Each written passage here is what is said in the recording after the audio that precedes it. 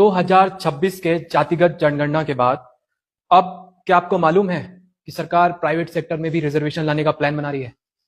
जी हां, हमारे देश की संसद में एक रिपोर्ट पेश की गई है, उच्च सदन और निचले सदन दोनों में, मतलब कि लोकसभा और राज्यसभा में, जहां पर आरक्षण, प्राइवेट सेक्टर में आरक्षण देने की बात कही गई है। इस रिपोर्ट में, इस पार्लियामेंट्री रिपोर्ट में ऑल पार्टी मेंबर्स यानी कि सभी दल के, सर्व दल के साथी सांसद इसका हिस्सा थे और सबसे अधिक 15 मेंबर भाजपा से इसमें थे, जिसमें संबित पात्रा, बांसुरी स्वराज, रविशंकर प्रसाद जैसे दिग्गज सांसद इस रिपोर्ट को बनाने में शामिल थे।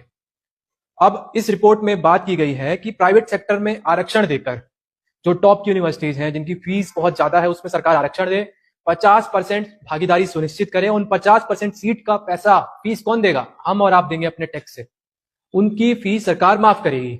यह बातें इस पार्लियामेंट्री रिपोर्ट में लिखी गई है। और गौर करने वाली बात यह है कि पहले से ही ऐश की एक रिपोर्ट है जो कि हमारी हायर एजुकेशन मिनिस्ट्री पेश करती है, उसमें कहा गया था कि सारी प्राइवेट यूनिवर्सिटीज में SC, ST, OBC की भागीदारी 60% हो चुकी है। लेकिन उस रिपोर्ट को दरकिनार करते हुए महज 6 यूनिवर्सिटी का डेटा लाकर ये दिखाने की कोशिश की गई है कि उनकी भागीदारी है ही नहीं। और इसी 6 यूनिवर्सिटीज का डेटा दिखाकर उसमें 50% रिजर्वेशन की बात की गई है।